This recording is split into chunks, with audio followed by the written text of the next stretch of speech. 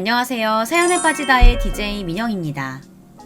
오늘 사연은요, 오로지 아들만을 바라보며 살아온 아버지의 이야기인데요. 그런 아버지에게 정말 너무나도 가슴 아픈 일이 있으셨다고 합니다. 오늘의 사연도 어떤 이야기일지 함께 만나볼게요.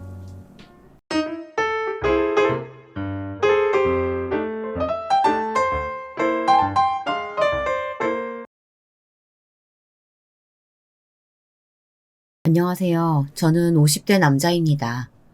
오늘은 정말 영화보다 더 영화 같고 드라마보다 더 드라마 같은 제 귀구한 인생사를 좀 들려드릴게요. 어디다가 이야기라도 안 하면 정말 죽을 것 같아서 여러분께 털어놓고 의견을 좀 구하고 싶습니다. 사실 의견을 구한다기보다는 제 이야기를 털어놓는 시간이 될 것 같네요. 저는 사업을 하시던 아버지 덕분에 부유한 유년기를 보냈습니다. 외동이라 모든 걸 아낌없이 저에게 주셨죠. 그러던 어느 날 아버지 사업이 망하고 그 충격으로 아버님이 병을 얻어 제가 고등학교를 다니던 시절에 돌아가셨습니다. 어머님도 그 이후로 병을 얻으셔서 몇 년 고생하시다가 돌아가셨어요. 한순간에 바뀐 환경에 적응할 시간도 없이 저는 사회로 내던져졌습니다. 주변에 바뀐 시선 따위는 신경 쓰고 싶어도 그럴 시간이 없었어요. 아버지가 남기고 간 빚과 어머님 병원비를 벌어야 했습니다. 그래서 고등학교를 미처 졸업하지 못했어요. 그리고 할 수 있는 일은 다 했습니다. 그중 제일 구하기 쉽고 돈도 많이 주는 게 공사판에서 일하는 거였어요. 그렇게 가늠이 되지도 않을 돈을 갚기 위해 밤낮으로 일을 했습니다. 그리고 10년 정도 만에 대부분을 갚았어요. 물론 완전하진 않았지만요. 그렇게 10년의 시간이 지나고 보니 저는 어느덧 28이 되어 있었습니다. 분명 제 기억에 엊그제 저는 18 고등학생이었는데 말이죠. 가족도 친구도 없이 덩그러니 남겨진 28. 1.5평 남짓한 작은 단칸방에 앉아서 안주도 없이 술을 마시는데 문득 그런 생각이 들더라고요. 이렇게 살아서 뭐하나. 나는 여기서 이렇게 매일 눈 뜨면 일하고 이 작은 방에 쓰러지듯 잠을 자고 매일매일 이 생활을 반복하다가 언젠가 아버지처럼 병을 얻어 죽겠지. 그런 생각을 하니까 진짜 딱 살기 싫어지더라고요. 그때 학교를 같이 다니던 친구들은 대학을 나오고 취직을 하고 이제 결혼을 하겠지. 나에게는 절대 허락되지 않는 삶.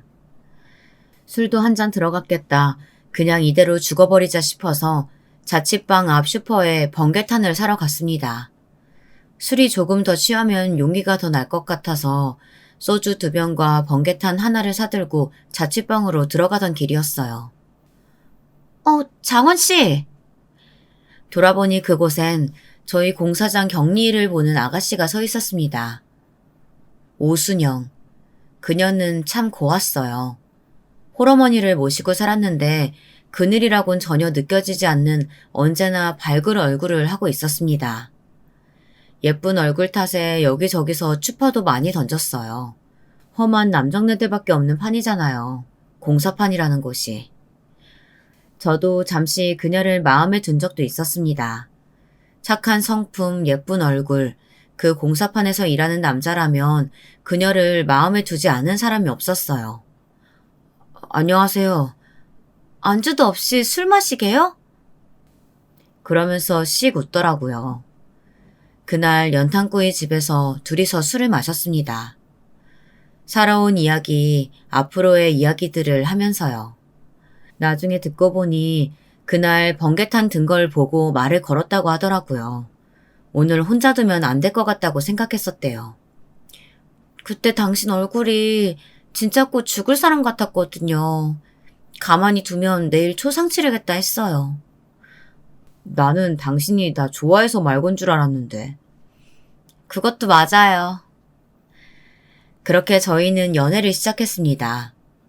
그녀는 생각했던 것보다 훨씬 예쁜 사람이었어요.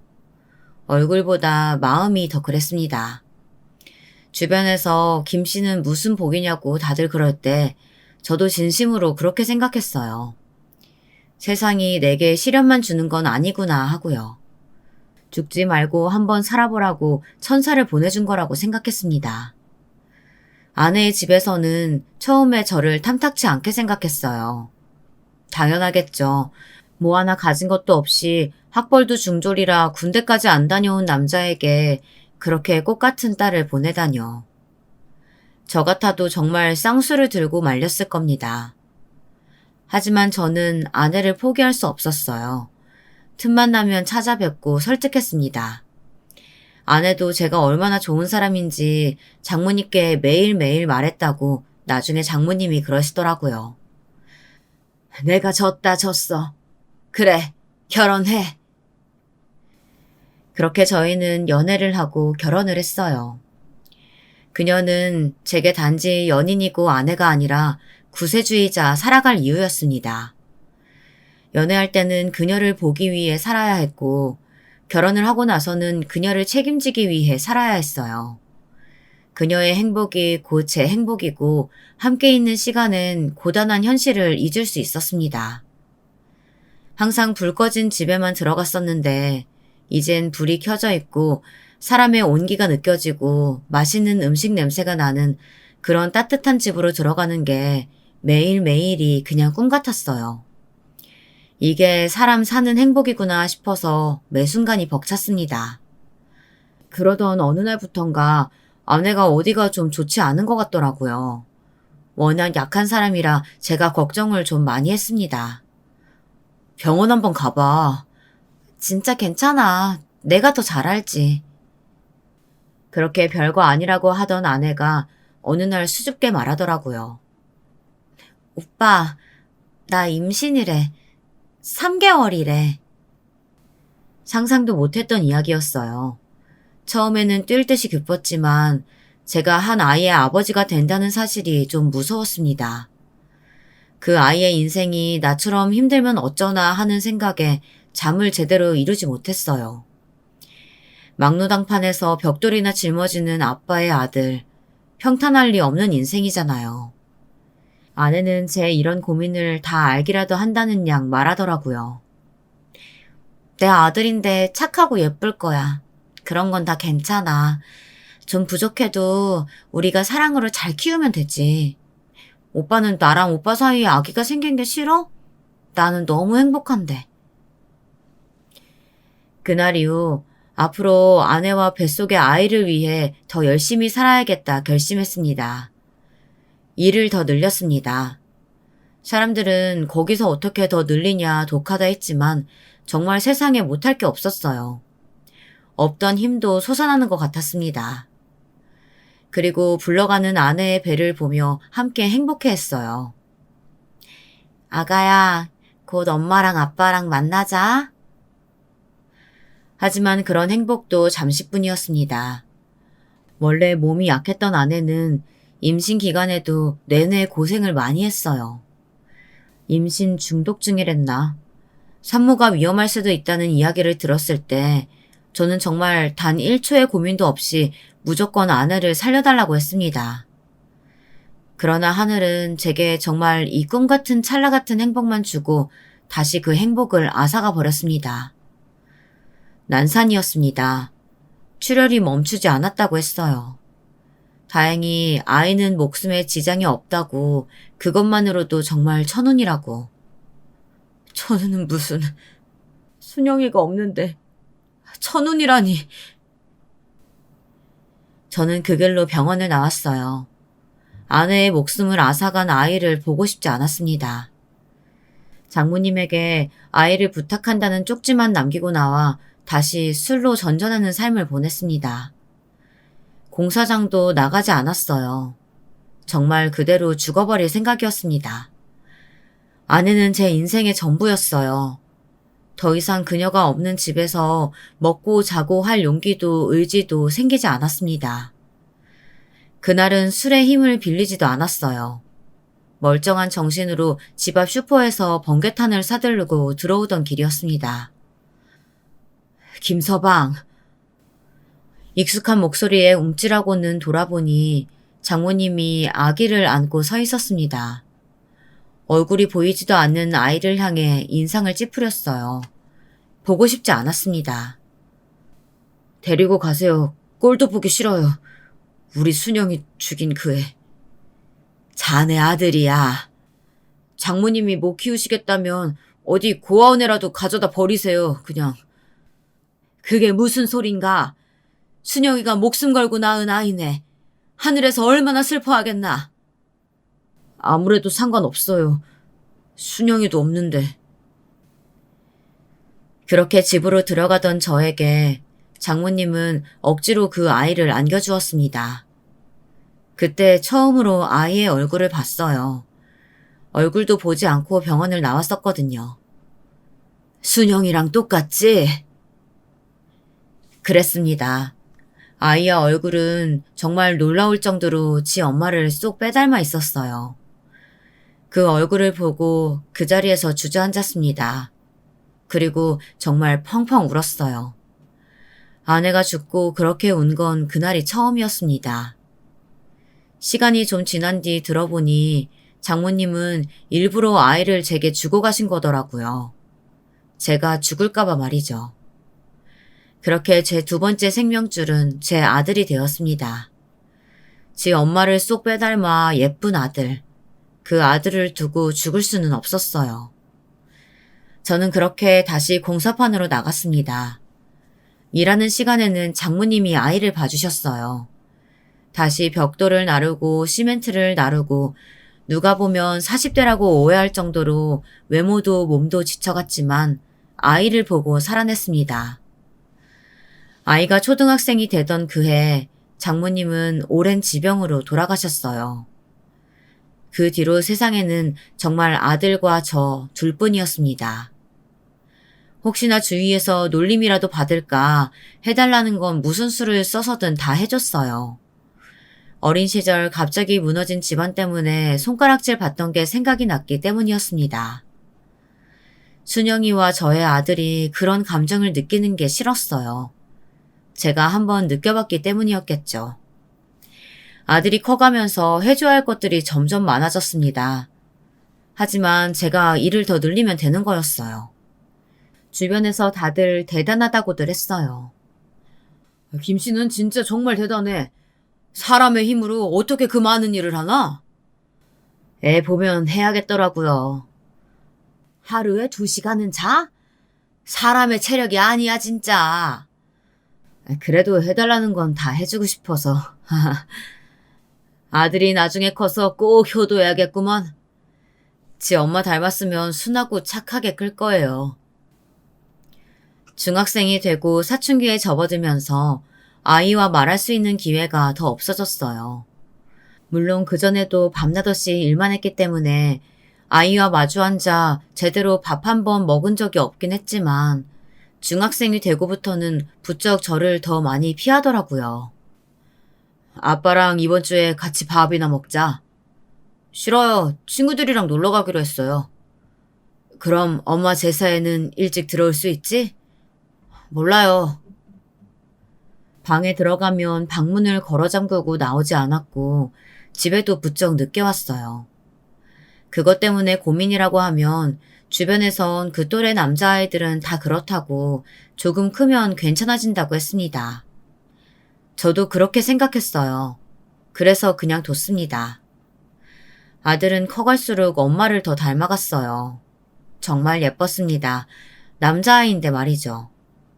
걸어가면 주위에서 다 수근거릴 정도였어요. 듣자 하니 자기 학교뿐 아니라 옆 학교까지 다 소문이 났더라고요. 지 엄마가 그렇게 예뻤으니 당연한 일이었죠. 그렇게 고등학교를 가고 얼마 지나지 않았을 때였습니다. 어느 날 명함 하나를 들고 왔더라고요. 보아하니 연예기획사 명함 같았어요. 연습생 기간 동안 학원비를 내야 한다고 하더라고요. 부담이 됐지만 지 스스로 뭔가를 하고 싶다고 처음 이야기한 거였기 때문에 들어줬습니다. 가서 동의서를 쓰고 한 달에 200씩이나 하는 학원비를 냈어요. 물론 엄청난 부담이었지만 돈 때문에 안 된다는 말을 하고 싶지는 않았습니다. 다행히 아들은 데뷔조인가 어딘가에 들었다고 하더라고요. 곧 데뷔를 하게 될 것 같다고 말이죠. 아이돌을 한다고 했어요. 그런데 회사에서 한 가지 조건을 걸었답니다. 사생활을 노출 안 하는 게 좋을 것 같다고. 아버지가 뭐 하시는 분인지, 제 환경이 뭔지 이런 거 다 비밀로 해야 할 것 같아요. 굳이 그래야 하나 싶었지만 회사 분들이 집으로 찾아와서 저를 설득하시더라고요. 힘든 집안 환경을 밝히는 게 아이에게 득이 되지 않는다고요. 요즘엔 태어날 때부터 귀족인 애들이 더 인기가 많다나 뭐라나. 우리 아들은 고생한 티가 전혀 보이지 않아서 힘들게 큰 줄도 몰랐다고. 당연하죠. 제가 그렇게 키웠으니까요. 아들은 숙소 생활을 시작했다며 집을 나갔습니다. 그리고는 집에 오지 않았어요. 전화를 하면 늘 연습하느라 바쁘다, 시간 되면 가겠다는 말만 했습니다. 그렇게 얼마가 지났을까요? 어느 날 직장 동료가 헐레벌떡 저를 찾아와 말했습니다. 김씨, 이거 김씨 아들 아니야? 하면서 보여준 영상엔 정말 아들이 환하게 웃으면서 다른 남자 아이들 몇몇과 춤을 추고 노래를 하고 있었어요. 영문을 모르겠다는 얼굴로 보고 있자 동료가 그러더라고요. 아들 데뷔한 것도 몰랐어? 한 2달은 된 것 같던데. 우리 딸이 그러던데 요즘 엄청 인기 많대. 그날 저녁 집으로 돌아가 아들에게 전화를 했어요. 받지 않아서 문자를 남겼습니다. 그랬더니 얼마 지나지 않아 전화가 왔더라고요. 아들, 안녕하세요, 아버님. 아이고, 안녕하세요. 민준이가 지금 전화 받을 정신이 없고 개인 휴대폰은 저희가 쓰지 못하게 하는 중이라서요. 문자 보고 제가 대신 연락드렸습니다. 괜찮으시죠? 아이고, 네, 괜찮죠. 근데 민준이가 데뷔한 것도 저는 이제 알아서 애 얼굴이라도 한번 보고 이야기하고 싶은데 조만간 같이 한번 찾아뵙겠습니다. 연락을 미리 드렸어야 했는데 저희가 죄송합니다. 바쁜 일만 마무리되면 애 데리고 집으로 갈게요. 아들 목소리도 한번 제대로 듣지 못하고 전화를 끊었어요. 멍하더라고요. 원래도 살가운 아들과 아버지 사이는 아니었지만 뭔가 느낌이 이상했습니다. 뭔가 남이 된 것 같았어요. 그 전화 이후로도 한참이나 연락이 없었습니다. 그러던 어느 날 연락도 없이 집 앞에 아들이 와 있더라고요. 회사 직원이라는 사람이랑 함께 말이죠. 바쁜 활동이 이제야 마무리돼서 늦게 찾아뵙게 됐네요. 너무 죄송합니다. 아이고, 아닙니다. 고생이 많으시네요. 그리고는 아들에게 인사를 하며 머리를 쓰다듬었지만 아이는 쓱 피하더라고요. 원래 그런 아이이긴 했지만 오랜만에 보는데 그러니까 좀 섭섭하긴 했습니다. 들어오세요. 집으로 들어오는 순간부터 기분이 좋지는 않았습니다. 회사 직원이 관찰하듯 저희 집을 살펴보는 것도 그랬어요. 한참을 집 안을 살펴보던 직원이 말하더군요. 단도직입적으로 말하겠습니다. 민준이의 집안 환경을 저희는 비밀로 하고 싶어요. 그게 무슨 말씀이신지. 민준이가 저희 그룹에서 제일 인기가 많습니다. 민준이 얼굴이 잘생겨서도 있지만 민준이가 풍기는 분위기가 왕자님 같다 뭐라나. 그래서 민준이 보고 팬들이 다들 왕자님이라고 불러요. 지 엄마 닮아서 얼굴이 잘나긴 하죠. 네. 근데 아무래도 팬들이 그런 이미지를 좋아하는데 이런 집안 환경이 알려지면 민준이에게 좋지 않을 것 같아서요. 이런 집안 환경. 슬픈 말이긴 하지만 사실이긴 했습니다. 공사판을 전전하는 홀아버지 밑에서 자란 게 자랑거리는 아닌 게 확실하니까요.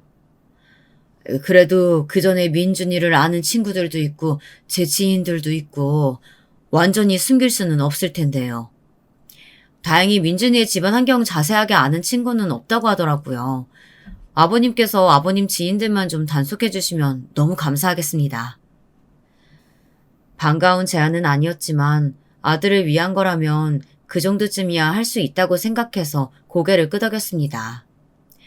아들은 그동안도 한마디도 하지 않았어요. 이 자식, 아빠한테 데뷔한다 만다 말도 안 하고 오랜만에 와서는 인사 한마디가 없어. 바빴어요. 그 말을 끝으로 다시 입을 꾹 다무는 아들을 보고 서운했지만 환경이 너무 많이 바뀌고 정신도 없는 아들한테 잔소리도 할 수 없어 그냥 보냈습니다. 그날 이후 저는 아들의 얼굴을 아는 모든 사람들에게 입단속을 시켰어요. 다들 뭘 그런 걸 비밀로 하냐 했지만 워낙 좋은 사람들이라 다들 비밀로 해주겠다 하더라고요. 그리고 저도 어디 가서 민준이의 이야기를 하지 않았습니다. 그동안 아들은 더 인기가 많아진 것 같았어요. TV를 틀면 아들의 광고가 나오고 주변에서 요즘 민준이 인기가 엄청 많다라는 이야기를 계속 들었습니다. 그러는 동안 아들은 명절이나 생일에 안부 문자 한두 번 온 거 말고는 집에 오지 않았어요. 처음에는 바쁜가 보다, 정신이 없나 보다 하며 감내했지만 시간이 지날수록 섭섭한 마음은 커져만 갔습니다. 제가 가장 서운했던 건 지 엄마 제사에 연락 한 통 없던 거였어요. 아무리 바빠도 오라고 문자까지 넣었는데 오기는커녕 전화 한 통 없었습니다. 다음날 너무 화가 나서 전화를 걸었어요. 여보세요? 어제 엄마 제사라고 바빠도 오라고 아빠 문자 못 봤어? 일이 있는데 어떻게 가요? 제가 놀면서 안 갔어요? 그럼 그렇다고 문자 한 통도 못 넣어? 문자 하나 못할 만큼 바빴어? 네, 그만큼 바빴어요. 그리고 매년 있는 엄마 제사 한 해 못 챙기면 뭐 큰일 나요? 뭐 이 자식이? 엄마 얼굴도 모르고 엄마가 어땠는지 알지도 못하는데 내가 엄마랑 무슨 정이 있다고 나보고까지 엄마 제사를 챙기라고 그러는 거예요? 아버지만 챙기면 되는 거지. 네 엄마가 어떻게 그렇게 됐는데? 그놈의 너 나타가 그렇게 됐다. 골백 번은 더 들었어요. 그래서 내가 엄마 그렇게 만든 거냐고요. 아니잖아요. 앞으로 이런 일로 전화할 거면 전화하지 마세요. 바빠 죽겠는데. 그리고 뚝 끊어버리더라고요. 다시 전화하니 전화기가 꺼져 있었습니다. 그날 오랫동안 마시지 않았던 소주를 마셨습니다. 속상하다는 말로는 설명이 다 안 됐어요. 슬프고 서러웠습니다. 그리고 먼저 간 아내에게 너무 미안했어요. 내가 잘못 키웠나 봐, 여보. 그 이후로도 아들은 먼저 연락하는 법이 없었습니다. 문자의 답장도 단답형, 전화를 해도 네, 아니요. 얼굴을 안 본 지는 어느덧 2년 정도 지나고 있었어요. 그러는 동안 아들은 더더욱 유명해져서 대한민국에 아들을 모르는 사람이 없었습니다. 섭섭한 마음이 전혀 없는 건 아니었지만 돌려받자고 아들을 키운 것도 아니고 그 아이를 제대로 키워야 한다는 생각에 저도 목숨을 부지하고 살았으니 고생한 대가 같은 건 생각하지 않았습니다. 단지 제대로 키우지 못한 건가 하는 생각에 가슴이 좀 아팠을 뿐이었어요. 그러던 어느 날 제 계좌로 거액의 돈이 입금되었다는 문자를 받았습니다. 보니까 아들의 이름으로 입금이 되었더라고요. 바로 전화를 걸었습니다. 이게 무슨 돈이야? 3억이라니? 이사부터 하세요. 이사? 어디서 소문났는지 모르겠는데 제 아버지가 판자촌 같은 집에 산다는 소문이 돈다고 회사분들이 그러시더라고요. 일단 이사부터 하세요. 나는 이 집이 편해. 아버지 때문에 제가 안 들어도 될 소리 듣잖아요. 이사하세요. 소문이 크게 도는 건 아니었지만 아는 사람들 사이에서 아름아름 도는 소문들을 들은 모양이었습니다. 김민준이 사실은 가난한 집 아들이고 아들이 성공했는데 아버지는 아는 척도 안 한다고 말이죠.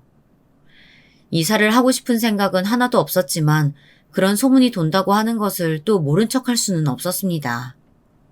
아들이 준 돈으로 근처에 적당한 아파트로 이사를 했어요. 이삿날 지인들이 찾아와서 아들 잘 키웠다고 입이 마르도록 칭찬을 하더라고요. 그러고 또 연락 한 통 없는 아들을요.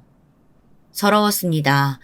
무얼 바라고 키운 건 아니었지만 그래도 키운다고 키웠는데 아니 사실 제 능력 이상의 것들을 해주면서 최선을 다해 키웠는데 아들이 저를 짐짝 취급한다는 생각이 드니까 말이에요. 고맙다는 소리 한 번 없이 말이죠. 그래도 아쉬운 소리 안 하려고 노력했습니다. 그래서 어느 날 말했어요. 더 이상 나를 챙기거나 신경 쓰지 않아도 된다고요. 대신 엄마 제사만은 챙기라고 말이죠. 저는 그거면 됐다고 생각했습니다. 뭘 바라고 아이를 키운 것도 아니고 아들 키우면서 저도 이 지옥 같은 삶을 살아낸 것도 맞으니까요. 그래서 아이에게 더한 걸 바라지 않기로 했습니다. 그냥 지 엄마가 자기 낳다가 그렇게 된 것, 그거에 대한 감사함만 느끼면 그걸로 됐다 생각하기로 했어요. 그렇게 또 아들의 얼굴을 못 보고 살았습니다. 지 엄마 제사 때도 문자나 전화 한 통 오는 게 다였고, 좀 지나서는 누가 봐도 회사에서 보낸 듯한 과일이나 고기 같은 것들만 왔어요. 키운다고 키웠는데 내가 잘못했나 봐. 어느 날은 다 차려진 아내의 제사상 앞에서 그렇게 중얼거렸습니다. 그냥 허망했어요. 아들을 낳다가 목숨을 잃은 아내도 그 아내가 남긴 아들을 키우자고 죽자 사자 일만 했던 지난 날들도 말이죠. 지인들은 그게 어디냐, 그래도 아버지라고 집도 사주고 용돈도 주고 그러지 않냐. 요즘 같은 세상에 말년에 고생 안 하게 해준 것만으로도 복이라고요. 그러던 어느 날이었습니다. 속만 상해서 TV도 잘 보지 않는 저에게 공사판에서부터 오랜 인연이었던 박 씨가 찾아왔어요. 술을 사들고 말이죠. 그는 오래된 인연이라 아들 얼굴도 제 사정도 모두 알고 있는 사람이었어요. 요즘도 TV 잘 안 봐? 그 자식 얼굴만 보면 괜히 마음이 심란해져. 근데 안 나오는 곳이 없더만. 그래, 오만 곳에서 다 나오더라 그 자식. 왜 그 자식이래? 언제는 말년에 돈으로 부모 속 안 썩이는 것만 해도 효자라더니. 아니, 생각해보니까 그렇더라고. 지 아빠가 지를 어떻게 키웠는데 이렇게 모른 척을 해. 그것도 모자라서. 박 씨가 말을 잇지 못했습니다. 왜? 무슨 일 있어? 아니, 지 아빠 가난하다고 무시하는 게 갑자기 화가 나네. 안 그러던 사람이 왜 그런데 새삼스럽게. 원래는 그런 말을 일체하지 않던 사람이 갑자기 술을 사들고 찾아와 그런 말을 하니까 이상하더라고요. 무슨 일이 있나 싶어서 물어봤지만 대답하지 않고 술만 푸길래 아, 그런가 보다 했습니다. 그리고 얼마 지나지 않아 박 씨가 왜 그날 그랬는지 알게 되었습니다. 식당에 밥을 먹으러 들어선 날이었습니다. 식사 시간이 좀 지나서였는지 한가하더라고요. 저기 우민준 아니야? 우민준은 저희 아들의 가명이었습니다. 그 소리에 고개를 돌려보니 저희 아들이 찍은 광고가 나오고 있더라고요. 지 엄마를 아주 꼭 빼닮긴 했어. 라고 작게 중얼거리고 또 심란한 기분이 들어서 작게 한숨을 쉬었습니다. 전에 토크쇼 나온 거 봤어? 안 그래도 그거 난리더만 입양하라며? 그렇대. 부모가 버리고 가서 친부모는 얼굴도 모르고 지금 부모님 밑에서 자랐다더라고. 지금 부모님은 성품도 좋고 집도 부자라던데. 지도 복이 있으니까 그런 집에 입양 간 거지. 지금 잘 되는 거 봐. 저 얼굴이면 복 없어도 잘 되겠구만 뭐. 요즘은 입양도 애기들 얼굴 보고 데려간다더만. 진짜 잘생기긴 했어. 친부모 얼굴도 궁금하네. 그 말을 듣고 순간 머릿속이 하얗게 바뀌는 것 같았어요. 그리고 저도 모르게 자리에서 벌떡 일어났습니다. 그거 정말이에요? 저 사람 고아라고 자기가 직접 이야기했다는 거 진짜냐고요? 그럼 진짜지. 내가 자아 나오는 토크쇼를 우리 딸내미랑 보고 불상 타고 펑펑 울었어 엊그제. 박 씨가 술을 사들고 온 그날이었습니다. 그제야 박 씨가 왜 그랬는지 알겠더라고요. 시켜놓은 밥을 먹지도 않고 식탁 위에 10,000원을 올려둔 채 집으로 곧장 달려갔습니다. 정말 뒤도 보지 않고 냅다 집으로 달려갔어요. 그리고 그 토크쇼 재방송을 틀었습니다. 그 속의 아들은 제가 처음 보는 얼굴로 처음 보는 표정을 하고 앉아 있었어요. 누가 봐도 근사한 모습으로 말이죠. 마치 한 번도 힘든 일은 겪어본 적 없는 것 마냥 그늘 없이 해맑게 TV 속의 토크쇼 MC가 아들에게 물었습니다. 친부모가 누군지 궁금하지는 않으세요? 저를 버린 부모님을 굳이 궁금해야 할까요? 그리고 지금 부모님이 친자식 이상으로 잘해주시고 좋은 분들이라 딱히 생각이 난다거나 그립다거나 하지도 않아요. 얼굴도 모르는데요, 뭐. 이런 가정사 밝히기 힘드셨을 텐데요. 제 가정사에 대한 말도 안 되는 루머들이 참 많더라고요. 그래서 언젠가 한번 말해야겠다 생각은 했습니다. 물론 회사분들은 말리긴 하셨어요. 그게 흠도 아니고 그리고 지금 부모님이 너무 좋으신 분들이라 부끄럽지도 않고요. 지금 부모님들은 미국에 계신다고요? 네, 아버지는 사업을 하시고 어머니는 변호사 하세요. 미국에서요. 그래서 이렇게 귀티가 나나 봐요. 하하, 그런가요? 정말 태연하게 아무렇지도 않은 얼굴로 거짓말을 하는 아들의 모습에 소름이 돋을 지경이었어요. 아들이 말한 자신의 가정사는 그랬습니다. 기억도 나지 않는 어린 시절 부모님께 버림받아 고아로 살다가 자식이 없는 지금의 부자 부모님에게 입양되었다고. 그래서 자신의 출신에 대한 이상한 소문이 많은 거라면서요. 저놈의 나쁜 놈. 저게 지금 지 엄마를. 저는 화가 머리끝까지 난다는 말은 이런 때 쓰는 거구나라는 생각이 들었습니다. 평생 자신을 위해 막노동하며 고생한 저는 그렇다 치더라도 자신을 낳다가 죽은 엄마를 마지막까지 뱃속에 아이만은 지켜달라고 말했던 지 엄마를 자신을 버린 부모라고 말하다뇨. 정말 화가 나서 눈물이 나고 정신이 나갈 것 같았어요. 때마침 휴대폰이 울렸습니다. 박 씨였어요. 자네, 저 개자식이 그런 인터뷰인가 모식인가 한 거 알고 그날 찾아온 거지? 봤어? TV 안 본다더니. 온 동네가 그 이야기를 떠드는데 어떻게 안 봐? 그리고 왜 말 안 했어? 자네가 모르고 지나갔으면 했지. 그리고 그런 이야기 어떻게 꺼내야 할지 모르겠기도 했고. 내가 저 자식을 가만두나 봐라. 감히 지 엄마를. 그리고 전화를 끊었습니다. 곧장 아들 휴대폰으로 전화를 걸었어요. 웬일로 처음부터 받더라고요. 마치 기다렸던 것 마냥. 아무렇지 않은 목소리로 덤덤하게 이야기하는 아들의 목소리에 더 화가 났습니다. 적어도 죄송하다는 말은 할 줄 알았어요. 그리고 회사에서 시켰다고 자기도 어쩔 수 없었다고 말이라도 그렇게 해줄 줄 알았습니다. 그거마저 저의 욕심이었던 겁니다. 이제 보셨나 봐요? 그게 지금 아버지한테 할 말이냐? 그런 말을 해놓고? 반쯤은 맞는 말이잖아요. 뭐라고? 집에 엄마도 아빠도 없이 아무도 없이 혼자 컸잖아요. 고아나 마찬가지죠 뭐. 다를 게 뭔가요? 그렇게 하고 싶어서 그렇게 했냐? 뭐가 됐든 저는 혼자 큰 게 맞아요. 어머니나 아버지 없이. 조만간 찾아뵐게요. 또 할 얘기 없으니까 지금 촬영 들어가야 해서 끊겠습니다. 그리고 전화는 뚝 끊겼어요. 멍하니 끊긴 전화를 내려다보고 있었습니다. 그리고 후두둑 눈물이 흘러나왔어요. 생각도 하기 전에 눈물부터 나왔습니다. 이런 적은 아내가 죽었던 그날 이후 처음이었어요. 김씨, 안에 있어? 김씨! 전화를 끊고 무슨 일이 생길까 불안했던 김씨가 찾아왔습니다.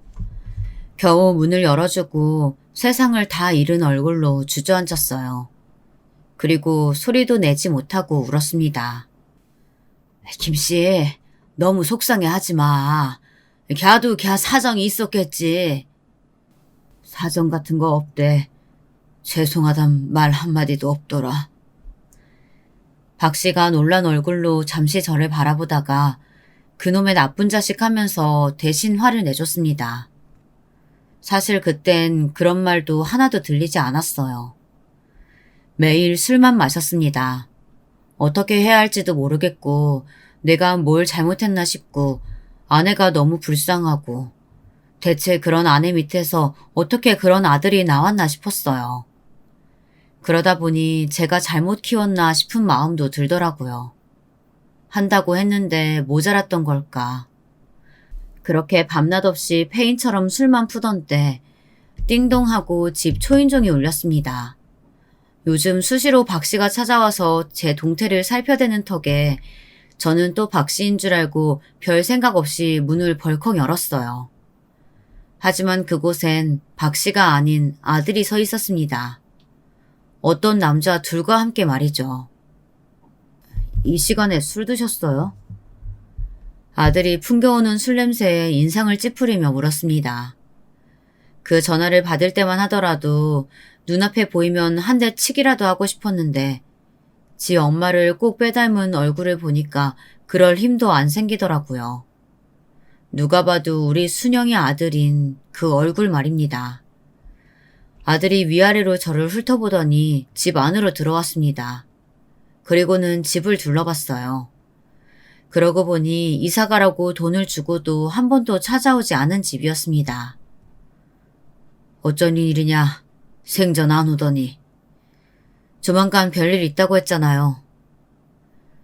그리고 부엌 식탁에 앉더라고요. 남자 한 명이 아들 옆에 또 한 명은 뒤에 서 있었습니다. 아무리 아들이 밉다고는 하지만 같이 오신 분들이 손님이고 하니 식탁에 소주병을 치우고 음료수 한 병을 내주려 냉장고 문을 열었습니다. 금방 끝나니까 그냥 앉으세요. 명령하는 말투였어요. 정이 좀 없고 툴툴거리긴 해도 저런 애는 아니었는데 어쩌다 저렇게까지 변했나 싶었습니다.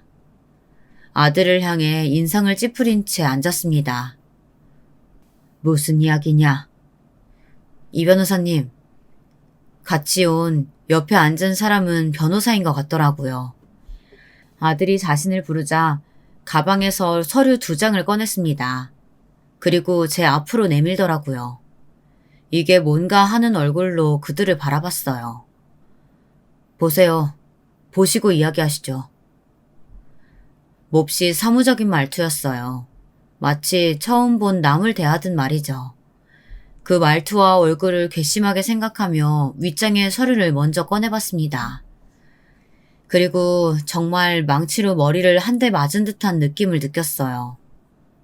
그 서류는 다름 아닌 비밀 유지각서였습니다. 제가 그 어디서도 자신이 아들이라는 사실을 밝히면 안 되는 그런 내용을 담은 각서였습니다. 지금 이게 뭐냐? 읽으셨으면 아실 거 아니에요. 서류상으로 확실하게 해두고 싶어서요. 어디 가서 절대 발설하시면 안 된다는 내용이에요. 호주제 폐지로 호적 정리는 불가능하대고 할 수 있다면 하고 싶다는 말투로 그렇게 말하더군요. 정말 기가 찼습니다. 지금 이걸 나보고 사인하라고 가지고 온 거냐? 어? 그럼 그걸 왜 가지고 왔겠어요? 흥분하지 마시고 다음 서류도 보세요. 정말 말이 나오지 않았지만 어디까지 하는지 보자는 마음으로 다음 서류를 꺼내봤습니다. 거기에는 비밀 유지 각서에 서명하면 10억을 입금해준다는 내용의 서류와 아파트 한 채의 계약서가 들어있었습니다. 멀뚱히 보고 있는 저에게 아들이 먼저 말을 꺼냈습니다. 그 아파트 지금 시세가 대충 15억 정도 돼요. 그리고 현금 10억 드리고 이 집 팔면 또 돈이 생기겠죠. 그 돈까지 모두 드리는 거예요. 돈을 줄 테니 아버지 소리는 어디 가서 하지 말라. 그 말이냐 지금? 네. 그게 지금 키워준 애비한테. 평생 공사판에서 흙만 만지시던 분이 이런 큰 돈 언제 만져보겠어요. 그냥 사인하시고 돈 받아가세요. 그 편이 아버지한테도 좋으니까. 네가 나한테 어떻게... 대체 저한테 뭘 해주셨길래 매번 그렇게 억울해 죽겠다는 반응이신 거예요? 솔직히 저희 사이에 뭐 아버지 아들 간의 정이 어딨어요. 얼굴 보고 밥을 몇 번이나 먹었다고. 그리고 얼굴도 모르는 어머니 좀 그만 앞세우세요. 제가 저 나타가 돌아가시라고 했냐고요. 왜 저한테 그 한풀이를 하시는 거예요, 대체? 그때였습니다. 누군가 문을 벌컥 열고 들어왔습니다. 박 씨였어요. 아니, 지금 자네 말 다 했어? 박 씨가 불같이 화를 내며 집 안으로 들어왔어요. 얼마나 화가 났는지 신발도 벗지 않은 채였습니다. 누구신데 이러세요? 박 씨가 고래고래 소리를 지르기 시작했어요. 제가 내야 할 화를 대신 다 내주던 말입니다. 자네, 아버지가 자네를 어떻게 키웠는데 이런 배은망덕한 부족함 하나 없이 키우겠다고 남들 몇 배로 일해가면서 입에서 나오는 건 다 해주면서 키웠는데 공사판에서 그러기가 어디 쉬운 줄 알아? 그런 아버지 감사하다고 업고 다녀도 모자랄지언정 부모 자식 연을 끊자고 찾아와? 아저씨가 대체 무슨 상관인데 끼어드세요? 이건 저희 가족 일이에요. 가만 듣고 있었는데 그 소리에 코웃음이 나오더라고요. 가족일? 너 지금 그 가족 그만하자고 찾아온 거 아니냐? 그랬더니 아들이 입을 꾹 다물고선 저를 보더군요. 박 씨가 대신 화를 내주는 걸 보면서 머리가 차갑게 식었던 것 같습니다. 손에 떨림도 없어졌더라고요. 숨을 몰아쉬고 차분하게 아들에게 말했습니다. 나에 대한 고마움은 몰라도 된다. 나도 네 엄마 죽고 따라 죽으려던 거 그래도 순영이가 낳은 아들은 키워야지 싶어서 산 것도 맞으니까. 그래도 너 나타가 죽은 니네 엄마한테 네가 이러면 안 되지. 그건 사람된 도리가 아니지. 몇 번을 말해요. 얼굴도 모르고 기억에도 없는 어머니한테 제가 무슨 정이 있다고 계속 그걸 강요하시는 건지 모르겠다니까요. 제가 낳아달라고 사정한 것도 아니고 그것 또한 어머니의 선택이셨던 거죠. 그리고 이미 죽고 안 계신 분 때문에 제가 왜 힘들어야 돼요? 왜? 그렇게 애틋하고 소중하면 아버지나 어머니 챙기고 기억하고 품고 사세요. 저한테까지 이러시지 말고. 이 자식이? 저는 제 할 말 다 했으니까 가볼게요. 거기 사인하시고 연락 주세요. 화난다고 막 지르지 마시고 생각 잘 하셔야 합니다. 아버지가 평생 꿈도 못 꿀 돈이에요.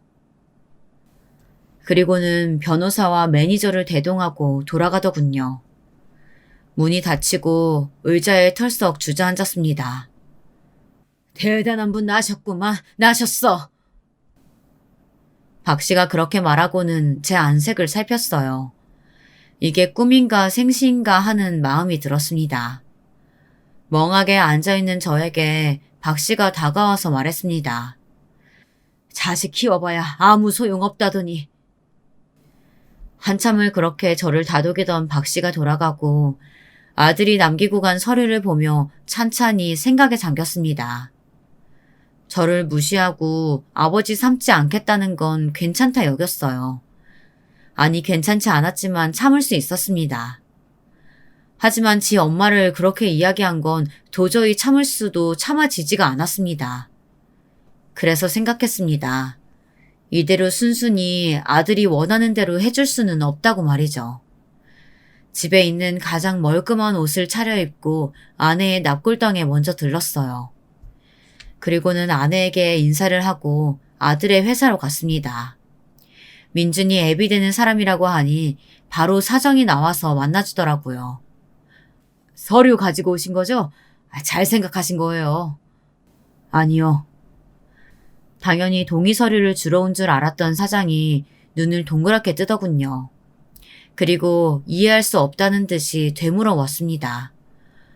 평소에도 잘 안 보던 아들이셨잖아요. 이제 와서 달라질 것도 없고 그냥 서류에 사인만 하면 되는데 그걸 왜 안 하시겠다는 거예요. 사장이 답답하다는 듯 가슴을 치더라고요. 이미 돌아가신 분 때문에 산 사람까지 이렇게까지 할 필요는 없지 않겠습니까? 그 말에 화를 참으며 말했어요. 그럴 수 있는 사람이 아닙니다. 그러고 싶지도 않고요. 아무튼 저는 제 의사 전달했으니 이 서류는 여기 두고 가겠습니다. 그리고는 돌아서서 나왔습니다. 그냥 없는 셈 치자고 정말 가슴이 미어졌지만 그러자고 그렇게 생각하면서 아들 회사를 나왔어요. 그리고 속상한 마음에 박 씨와 술을 마시고 집에 늦게 들어왔습니다. 그런데 아들이 집 앞에 서 있더라고요. 손에는 제가 사장에게 주고 간 서류가 들려 있었습니다. 저를 보자마자 화가 난 듯 인상을 팍 쓴 아들이 다가왔습니다. 멍청하게까지 하신 분이셨어요? 사인하시라고요. 내가 어디 가서 소문내겠다 한 것도 아니고 네 말처럼 살던 대로 살면 되는데 왜 이렇게 서류에 사인을 받아야 하는 건데? 제가 그렇게 이야기하자 아들 표정이 바뀌었습니다. 그러니까 결국 나중에 본인 발목이라도 제가 잡을까봐 확실히 해두고 싶었던 겁니다. 예상은 했지만 아들 입으로 그렇게 직접 들으니 정말 하늘이 무너지는 것 같더라고요. 매일 그렇게 슬퍼 마시죠? 어디 가서 이런 아버지 있다는 말 쪽팔려서 어떻게 하냐고. 낳아놓기만 했으면 다야? 어? 이런 식으로라도 책임지라는 건데 왜 말을 못 알아먹으세요? 부모 안 하는 걸로 책임지시라고요. 네가 언제 나를 부모로 생각하기는 했니? 없어요. 나한테 부모가 어딨어? 한 명은 태어나 보니 죽고 없고 한 명은 맨날 집에 없어서 오로지 나 혼자 컸는데 그러니까 고아라는 것도 거짓말 아니라고요. 아들은 그렇게 저에게 서류를 던지더군요. 사인해서 보내세요. 아시겠어요? 꼴의 자존심 지킨다고 이러시는 거면 나중에 후회하니까. 그러고 뒤도 돌아보지 않고 돌아갔습니다. 화도 하지만 인간이 덜 됐더군요. 어떻게 우리 밑에서 저런 아이가 태어났을까 이런 생각을 밤새 하면서 고민했습니다. 이 일을 세상에 밝힐지 말지를요. 저렇게 아나무인으로 자기밖에 모르는 인간 말종으로 살아가게 둘 수는 없었어요. 물론 제가 밝힌다고 정신을 차릴지 아닐지는 모르는 일이긴 합니다. 하지만 가만히 저대로 둘 수는 없었어요. 사람들에게 손가락질 받으며 자신이 뭘 잘못했는지 되돌아볼 시간은 가져야 한다는 생각이 들었습니다. 박 씨에게 이 말을 했어요. 박 씨는 그러더군요. 김 씨 마음이 이해가 안 가는 건 아니여. 하지만 그 자식은 김 씨가 그런다고 정신 차릴 것 같지가 않어. 오히려 자기 망하겠다고 자네를 더 원망하겠지. 그리고 그 전에 그 사람들이 자네한테 어떤 소리 할지 어떻게 알아? 보아하니 거긴 큰 회사 같던데 그날 같이 변호사도 막 데려오고. 박 씨 말도 일리가 있었어요. 무턱대고 내가 자기 아버지다 그럴 수는 없었습니다. 이미 친아버지가 저를 버렸다고 대한민국 사람들이 다 알게 떠들어 놓은 상태였어요. 거기서 친아버지라는 사람이 나타나 아들이 한 말이 다 거짓말이라고 하면 사람들은 제가 아들을 버려놓고 이제 와서 뭔가를 바라고 나타났다 생각하겠죠. 아들을 상대로 복수 아닌 복수를 생각하고 있는 이 상황이 너무 기가 막혔지만 일단은 박 씨 말대로 할지 말지는 나중에 결정하고 증거를 모으기로 했어요. 말만 내 아들임네 하고 세상에 밝힐 수는 없으니까요.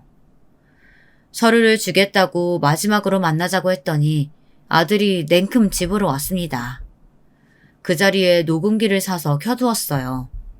그리고 대화를 녹음했습니다.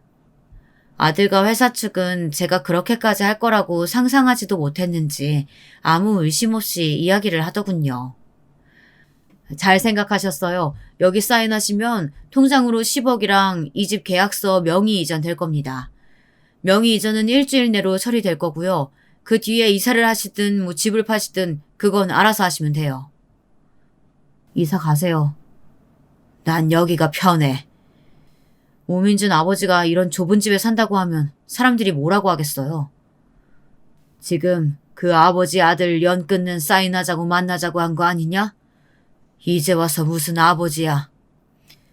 그래도 주변에 아는 사람이 한둘은 있잖아요. 그 전에 이상한 아저씨도 그렇고.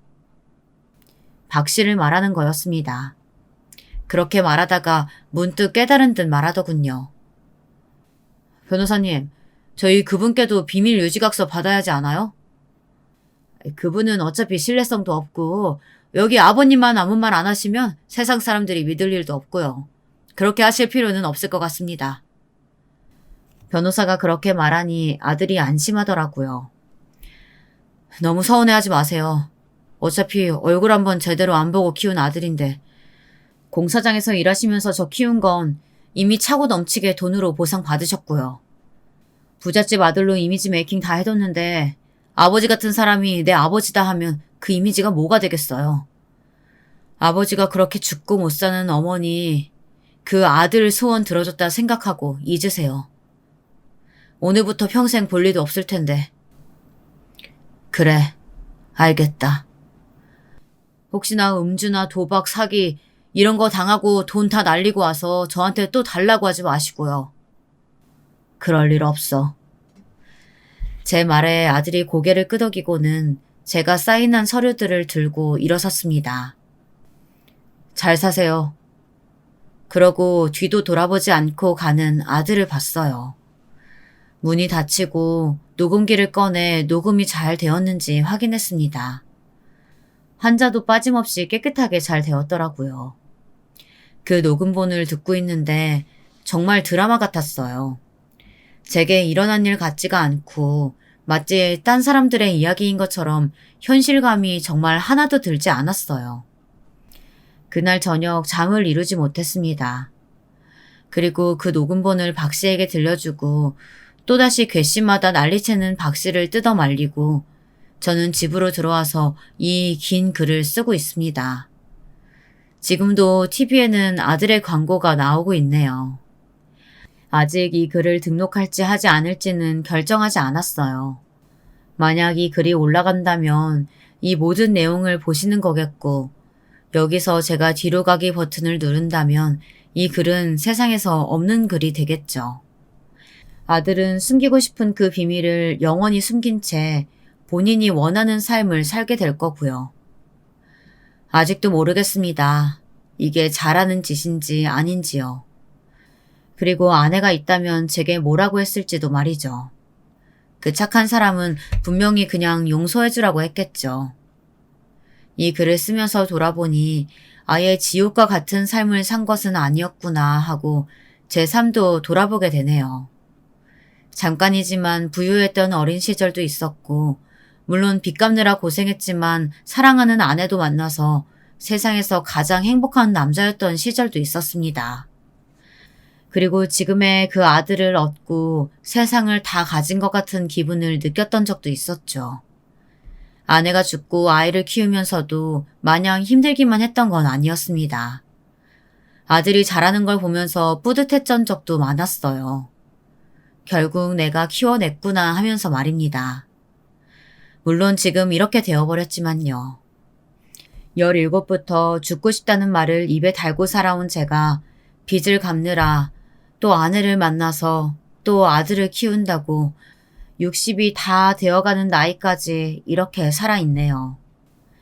이 글이 만약 올라간다면, 그래서 제 아들이 이 글을 보게 된다면 마지막으로 하고 싶은 말이 있습니다.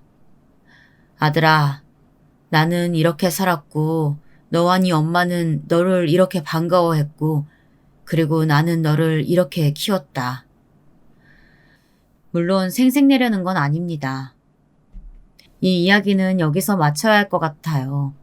만약 여러분이시라면 어떤 선택을 하셨을지 궁금하네요.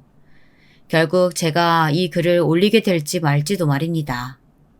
긴 이야기 들어주셔서 감사합니다. 안녕하세요. 저는 40대 남성입니다. 최근에 제 인생을 놓고 봤을 때 정말 엄청난 일이 있었거든요. 그걸 말씀드리려고요. 저는 어릴 때 흔히 말하는 학교 폭력의 피해자였습니다. 키도 작고 체구도 작았거든요. 게다가 성격도 소심했고요. 딱 좋은 먹잇감이긴 했죠.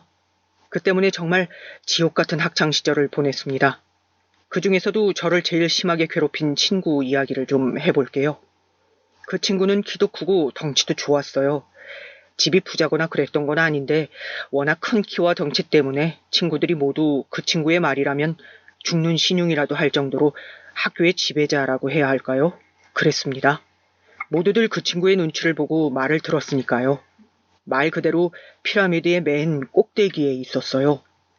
그 친구에게 처음 찍혔던 날은 중학교 입학식 날이었습니다. 그때부터 저의 악몽이 시작됐어요.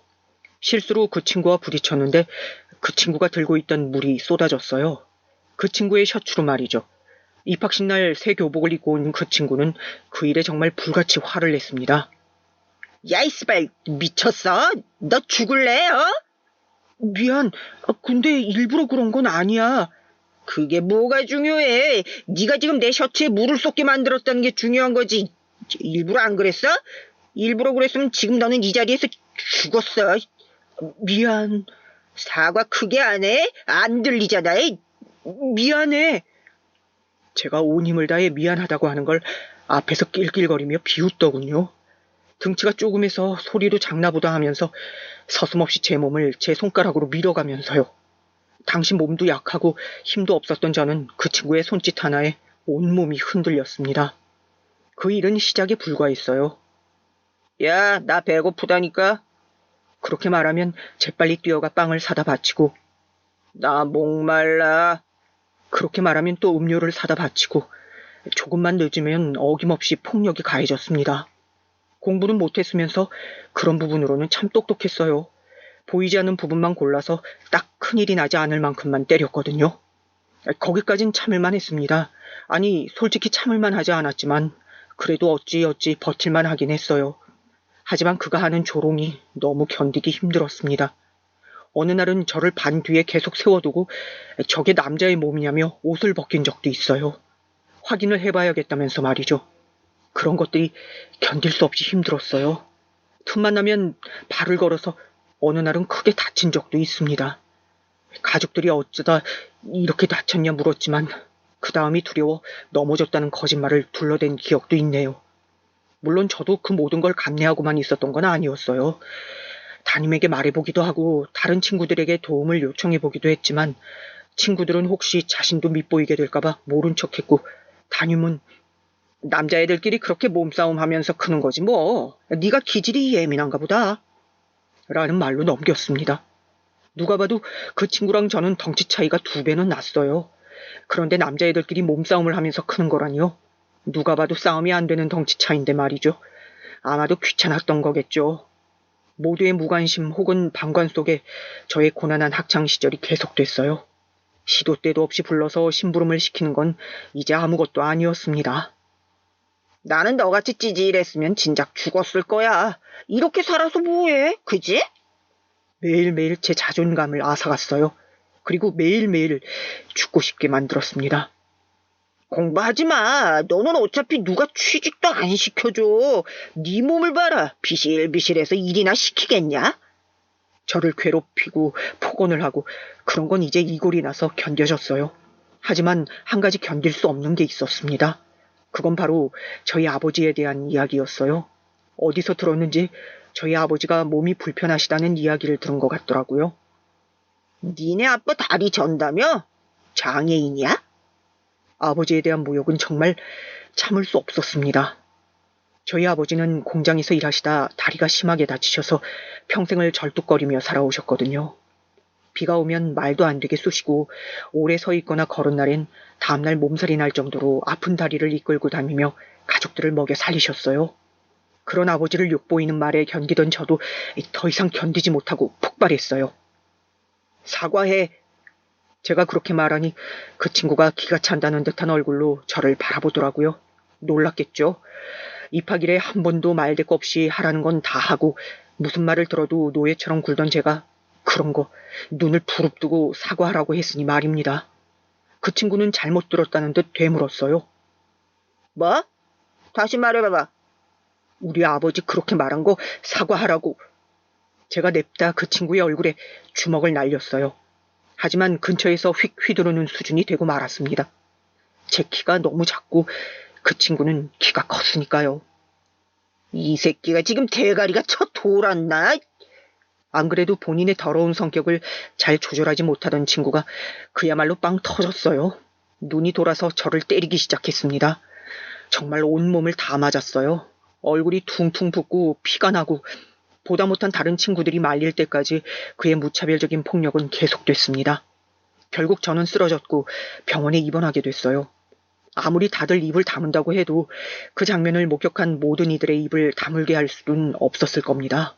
그리고 병원에 입원까지 한 제가 혹여나 여기저기에 말하고 다니면서 시끄럽게 만들까 염려됐던 담임이 먼저 찾아와 저를 달래더군요. 나는 걔가 너를 이렇게까지 심하게 괴롭히고 있을 줄은 정말 몰랐다. 거짓말이라고 속으로만 생각했어요.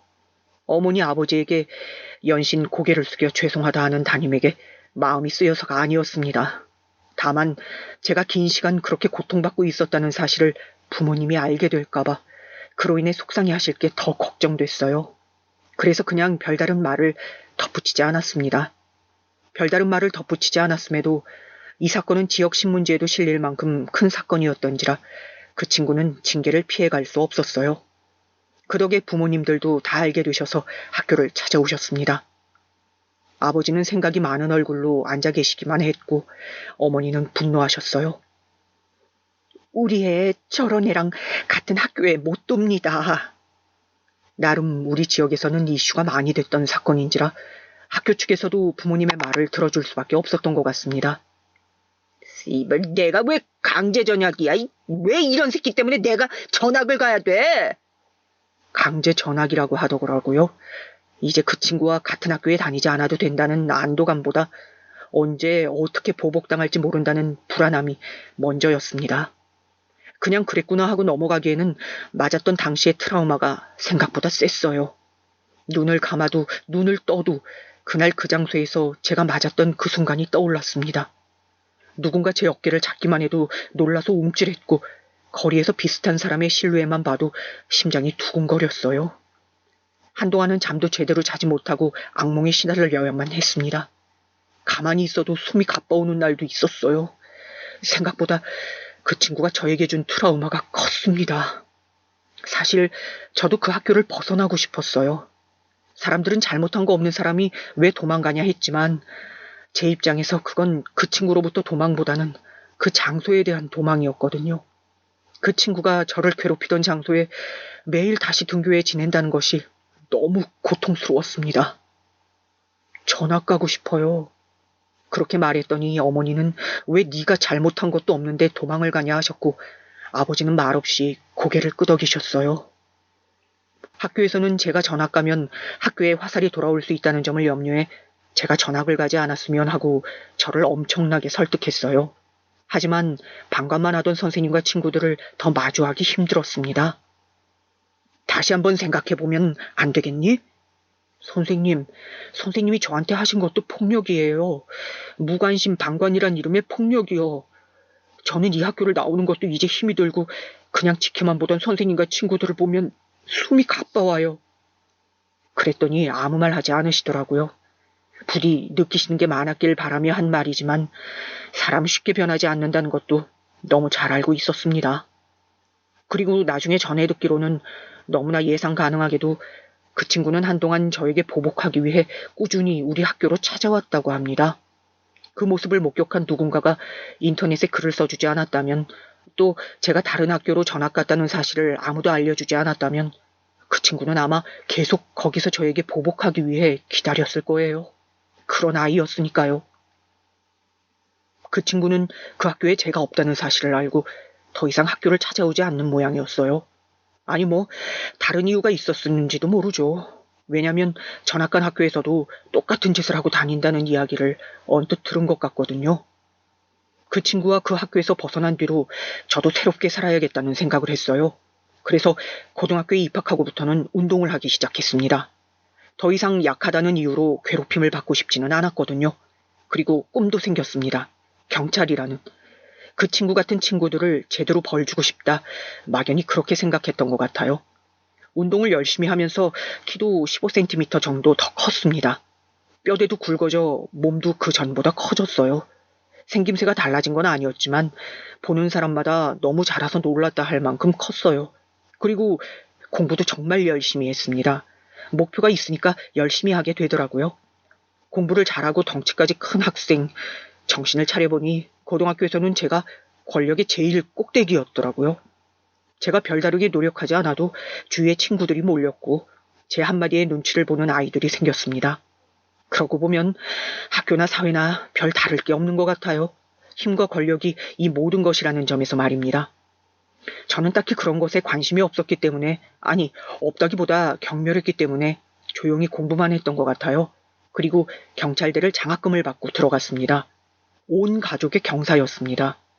저희 집안에서 학교를 제일 잘 갔거든요. 어떻게 보면 그 친구의 괴롭힘이 제 인생에 동기를 준 거나 다름없긴 하네요. 그럼에도 감사할 마음은 정말 추호도 없지만 말입니다. 몸도 마음도 그때와 완전 다른 어른이 되었지만 아직도 가끔 그때의 악몽을 꾸거든요. 꿈에서 저는 여전히 자꾸 초라합니다. 그리고 그 친구에게 괴롭힘을 당하고 맞죠. 그런 꿈을 꾼 다음 날이면 정말 내가 이 과거에서 벗어날 수 없는 건가 많이 괴롭기도 했어요. 그렇게 경찰대를 우수한 성적으로 졸업하고 지구대에서 6개월을 일한 뒤 발령받았습니다. 성적도 좋고 체력시험도 늘 만점에 가까웠던 덕에 엘리트들만 간다는 서로 발령이 났어요. 그리고 비교적 이른 나이에 경감으로 진급했습니다. 아들이 경찰 간부 소리를 듣는 직급으로 진급을 해도 아버지는 계속 아파트 경비 일을 하셨어요. 제가 몇 번이나 그만두시라 했지만 그때마다 거절하셨습니다. 그만두시라니까 참. 사람이 집에 가만 누워서 먹고 자고 하면 더 빨리 늙어. 그리고 나는 어딘가에 내가 쓰임이 된다는 게 좋다. 집에서 가만히 있는 게 오히려 스트레스야. 그렇게까지 말씀하시는데 더는 권할 수 없어 그냥 다니시게 뒀습니다. 요즘 뉴스에서도 아파트 입주민들의 갑질이나 또 지구대에 접수되는 사건들 중에 경비원 폭행과 같은 사건들도 종종 봐왔었기 때문에 정말 걱정됐지만 아버지는 늘 여기 입주민들은 성품들이 다들 좋으시다며 괜찮다 하셨어요. 크고 작은 일들이 있긴 했지만 아버지는 그 일에 정말로 만족하시는 것 같았어요. 아들로서는 이제 편하게 사셨으면 하는 마음이 컸지만 그게 좋다 하시니 어쩔 수 없다 생각했습니다. 어느 날은 아버지가 넘어지셔서 병원에 입원하셨다는 전화를 받고 병원으로 향했어요. 겨울에 눈을 쓸다가 미끄러지셨다는 말에 다시 한번 그만두시라는 말이 목 끝까지 차올랐지만 괜찮다고 허허 웃으시는 아버지의 모습을 보며 꼭 참았습니다. 네 아버지 고집을 누가 꺾어. 그냥 내비둬. 너한테 큰 문제 되는 거 아니면. 저한테 문제 될 게 뭐가 있어요. 걱정되니까 그러지. 그럼 그냥 둬. 지 고집대로 해야 하는 양반이잖아. 순해 보여도. 더 이상 아버지 일에 대해 이야기하지 않기로 했습니다.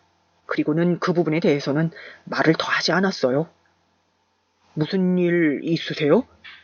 바쁘다는 이유로 오랜만에 아버지 댁에 간 날이었습니다. 어딘가 고민이 많아 보이는 얼굴을 하고 앉아 계셨어요. 그래서 물었더니 이렇게 말씀하시더라고요. 이야기를 듣자 하니 1인 1가구인 주차 공간을 새로 들어온 입주민이 2자리를 쓰고 있다는 겁니다. 그래서 다른 주민분이 민원을 넣으셨고 그걸 아버지가 가서 이야기해야 하는데 도통 만날 수가 없다고요. 그런 사람들은 되게 만나면 안하무인의 진상인데. 실제로 그런 경우가 많았습니다. 연락이 잘 되지 않거나 연락을 해도 무시하는 사람들. 그런 사람들은 실제로 안하무인의 진상인 경우들이 많았어요. 경찰을 하면서 다년간의 경험으로 얻은 빅데이터라 할까요? 어딘가 불안한 마음이 들어 주의하시는 게 좋겠다고 말했지만 아버지께서는 웃으며 그러시더라고요. 그런 사람들도 있지만 정말 몰랐던 경우도 가끔 있으니까 만나보기 전에 미리 그렇게 판단하면 안 되지. 어머니가 네 아버지를 누가 말리냐고 작게 중얼거리시면서 고개를 저으시더라고요. 저희 아버지는 그런 분이셨습니다. 모든 부정적인 부분보다 긍정적인 부분을 먼저 생각하고 또 늘 속으시면서 사람들을 믿으셨어요. 그런 아버지를 존경했지만 가끔 답답한 부분이 있는 것도 사실이었습니다. 하지만 아버지의 고집을 꺾을 수 없다는 것을 너무도 잘 알기에 그냥 조심하시고 무슨 일이 있으면 연락하라는 말만 하고 나왔습니다. 집으로 돌아와 아내에게 말하니 아내도 똑같이 말하더라고요. 그런 사람들은 되게 진상인 경우가 많은데 하면서요. 그러고 한동안 별 말씀이 없길래 잘 해결됐나 보다 했어요. 그런데 뜻밖의 곳에서 전화가 왔습니다. 제가 일하는 서 담당 지역에 있는 지구대였어요. 박 경감님, 좀 와보셔야 할 것 같습니다.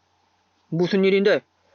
저희 서로 경비원 폭행 시비 신고가 하나 들어왔는데 박 경감님 아버님이신 것 같아서요.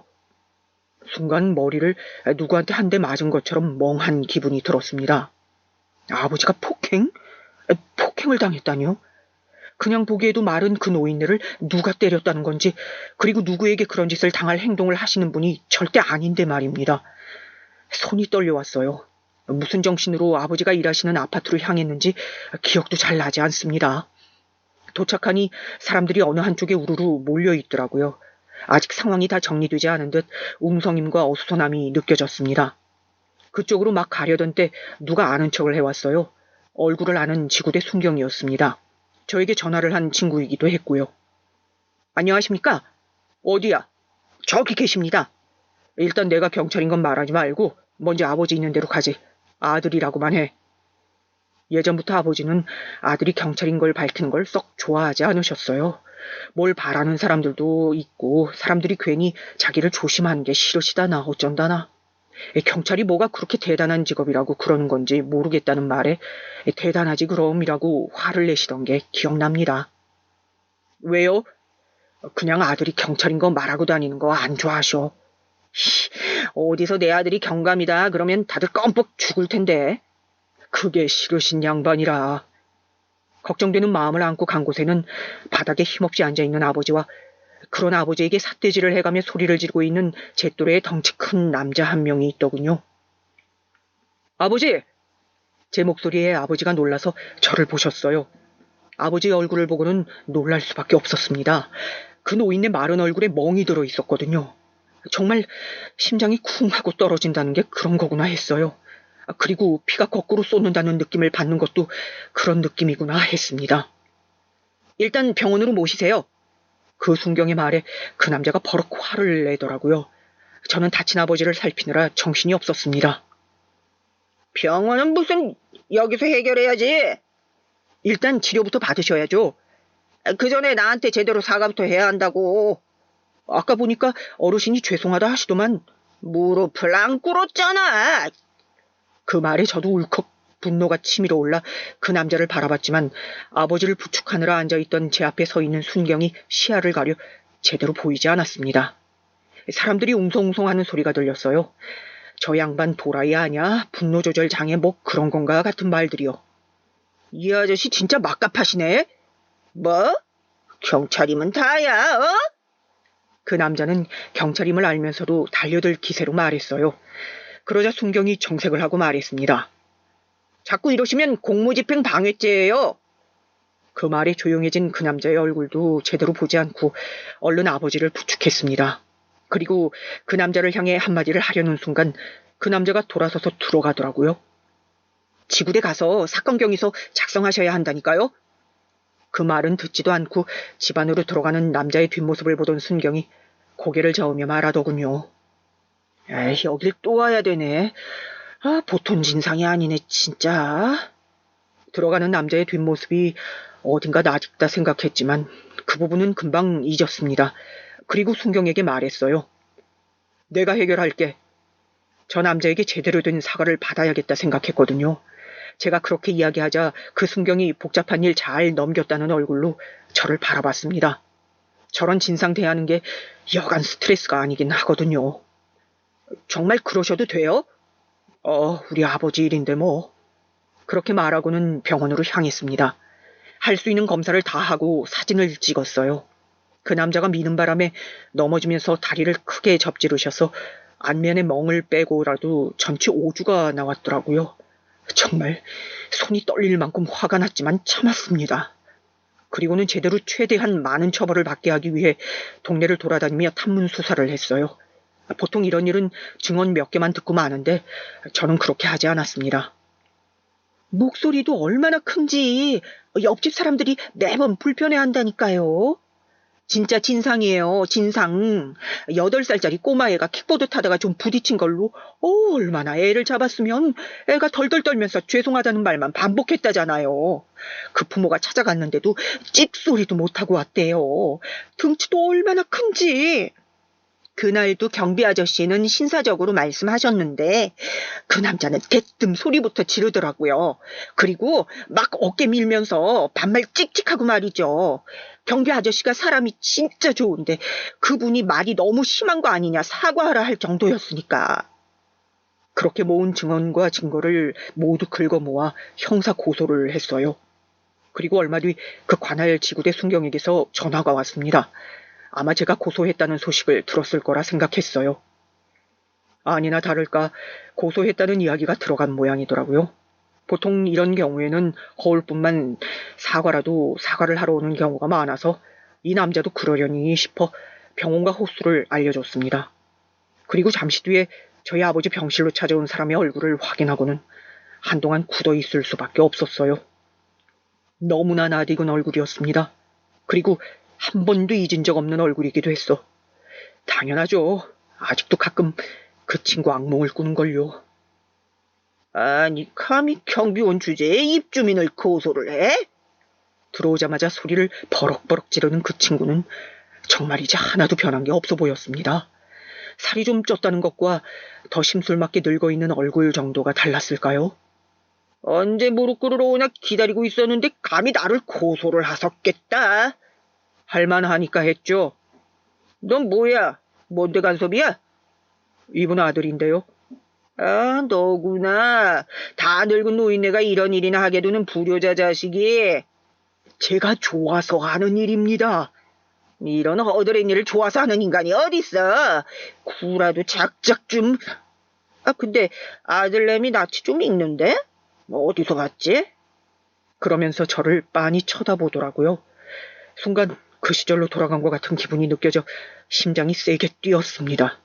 한동안 빤히 저를 바라보던 친구가 생각이 났는지 저에게 삿대질을 하며 소리쳤어요. 아! 그 찌질이! 여전했습니다. 그 힘으로 다 해결하려는 것도 험상궂은 얼굴과 예의와 배려라고는 찾아볼 수 없는 말투까지요. 네가 여기 왜 있냐? 그때보다 키가 좀 컸다. 뭐 맞고 살기 싫어서 운동 좀 했냐? 그렇게 비꼬던 친구가 지금 상황이 어떤 상황인지 깨달은 듯한 얼굴로 손뼉을 쳤어요. 네가 이 경비 아들이라고? 오호라, 잘 됐네. 고소 취하해. 뭐? 내가 누군지 너 잘 알잖아. 당장 취하해. 더 험한 꼴 보기 싫으면 나 화나면 어떻게 되는지 네가 제일 잘 알 거 아니야. 그러면서 빈정거리더라고요. 제일 잘 알긴 알죠. 얼마나 무식하고 비열한지 말입니다. 없어 보이는 것까지 지혜비를 쏙 빼닮았구만. 완전 닮았네, 닮았어. 어이 경비, 내가 댁 아들이랑 동창이야, 동창. 자기 아버지 뻘 되는 사람에게 반말을 찍찍하는 것부터 쟤는 여전히 그 중딩 때 그대로 하나도 잘하지 않았구나 싶었어요. 그 친구가 저희 아버지를 때렸다는 사실을 생각하니 저도 분노가 차올랐습니다. 그렇게 숨을 고르고 있는데 제 앞에 와서 또 시비를 걸기 시작했어요. 저 나이 많고 배운 거 없는 할배가 고소를 직접 하지는 않았을 거고. 네가 시켰지? 내가 했어. 내가 했어? 뭐 문제 있냐? 폭행을 한 사람을 고소한 건데? 그러자 어쭈하는 얼굴로 저를 바라보던 그 친구가 손가락으로 제 어깨를 툭툭 밀더군요. 그러면서 말하더라고요. 이제 키도 좀 컸다 이거지? 그래도 내 눈엔 넌 여전히 그때 내 앞에서 벌벌 떨던 그 찌질한 새끼야. 어디서 말대답이야? 좋은 말할 때 고소 취하해라. 그럴 생각 없고 합의해줄 마음도 방금 싹 사라졌어. 뭐? 와서 미안하다고 무릎이라도 꿇고 싹싹 빌면 합의해줄까 생각도 했는데 넌 거 확인했으니 안 되겠다. 너는 어떻게 그대로 쓰레기로 컸냐? 이 개자식이 뭐라 그랬어? 너 지금 나치면 또 고소한다. 그래도 머리에 든 게 뇌이긴 한 것 같더라고요. 그 말에 생각이라는 걸 하더니 들었던 주먹을 내려놨습니다. 그리고는 잠시 화를 식히는 듯 심호흡을 하고서는 다시 비아냥거리기 시작했어요.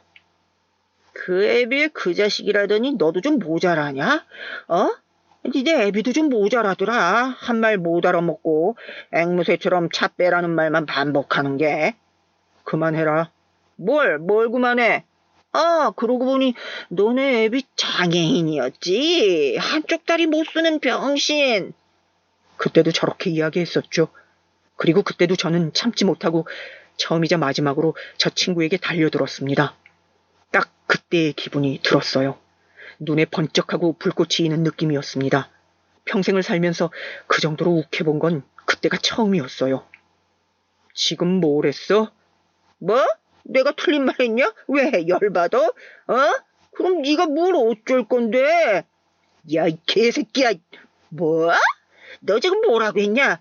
이게 아주 겁대가리를 상실했지? 제가 제 화를 주체하지 못하고 주먹을 들어올리려는 순간 아버지가 제 이름을 불렀고 그와 동시에 입원실 문이 열렸습니다. 그 순경이었어요. 박경감님, 혹시 그 피의자... 그 순경은 몸싸움을 하기 일보 직전으로 보이는 상황을 확인하고는 재빨리 저희 둘 사이에 섰어요. 그리고는 제 주먹을 잡아 내렸습니다. 이후에 어찌되었던 경찰이 폭력을 쓴 건 사회적으로 문제가 되는 사안이니까요. 그 친구 아니었으면 일이 어렵게 됐을지도 모르죠. 지금 생각하니 참 고맙네요. 저를 박경감이라고 부르는 것을 그 친구가 들었는지 갸웃하더니 저를 보면서 말했습니다. 박경감? 경감님, 아직 말씀 안 하셨어요? 순경이 징하다는 얼굴로 저를 보더군요. 일부러 말을 안 한 건 아니었어요. 타이밍을 놓친 거지. 경감이라니, 이 새끼 저 경비 아들 아니야? 닮았는데? 이분이 지금 제정신이 아니신가? 경감님도 맞고 저분이 경감님 아버지도 맞으세요. 뭐? 그럴 리가... 뭔 그럴 리가는 그럴 리가예요. 박경감님 아버지께 사죄드리러 온 줄 알았더니 병까지 와서 행패를 부려요. 지금 싹싹 빌어도 모자랄 판에. 멍한 얼굴로 저와 저의 아버지를 바라보는 그 친구에게 다가가 조용히 명함을 내밀었습니다. 얼떨떨한 얼굴로 서 있던 그 친구가 명함을 받더라고요. 처음부터 말했어야 했네. 내가 지금 동부서에서 일하고 있거든. 명함에 선명하게 찍혀있는 경감이라는 직책을 확인한 친구의 표정이 굳었어요. 경감? 네가 경감이라고? 어떻게 그 찌질이가? 뭐가 어떻게야? 경찰대 나오시고 동부서에서 진급도 제일 일찍 하신 엘리트신데?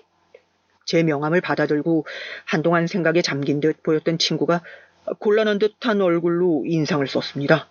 아무래도 큰일 났다 싶었겠죠.